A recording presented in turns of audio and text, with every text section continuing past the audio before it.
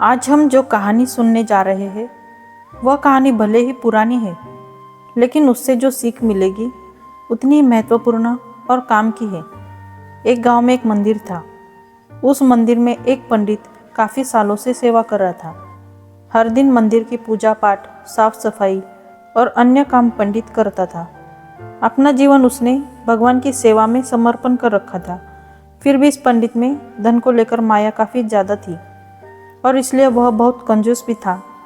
त्योहार या उत्सव के समय पंडित को लोगों से काफ़ी अच्छा दान मिलता। कई लोग उसे काफ़ी सारा पैसा भी देकर जाते थे।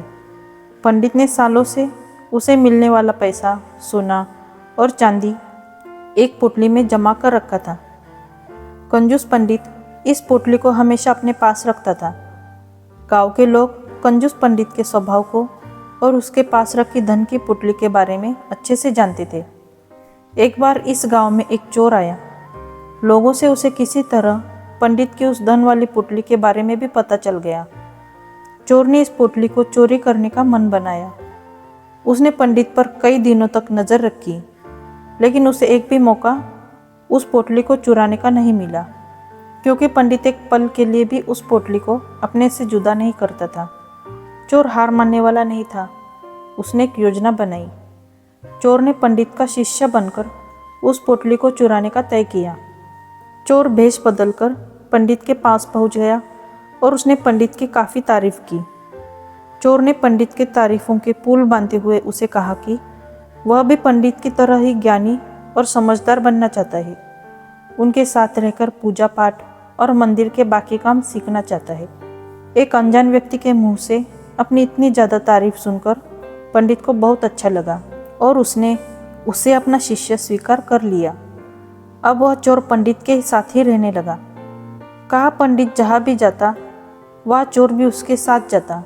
पंडित का भरोसा जीतने के लिए चोर अब उसके अन्य निजी काम भी करने लगा, जैसे पंडित के कपड़े धोने, उसके लिए खाने का इंतज़ाम करना। धीरे धीरे पंडित को उस चोर पर काफ़ी ज़्यादा भरोसा हो गया। एक दिन पंडित और चोर किसी दूसरे गांव जा रहे थे। वहाँ रास्ते में एक नदी के पास भी लोग ठहरे। पंडित को नदी के पानी में नहाने की इच्छा हुई।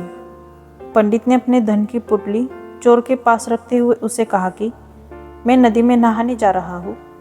चोर इतने दिनों से इसी मौके की तलाश में था। पंडित जैसे ही नदी के पानी में नहाने के लिए गया, चोर उसकी धन की पोटली लेकर वहाँ से भाग गया। दोस्तों, हमें विश्वास करना चाहिए। विश्वास से ही दुनिया चलती है, लेकिन हमें किस पर विश्वास करना चाहिए यह बहुत महत्वपूर्ण बात है।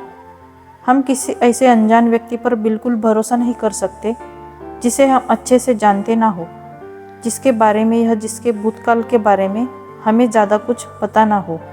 दोस्तों, उम्मीद करती हूँ आपको इस कहानी से नई सीख मिली होगी। अगर आपको ये कहानी पसंद आई हो तो इस वीडियो को लाइक, शेयर और हमारे चैनल को सब्सक्राइब कीजिए। मिलते हैं अगली वीडियो में। धन्यवाद।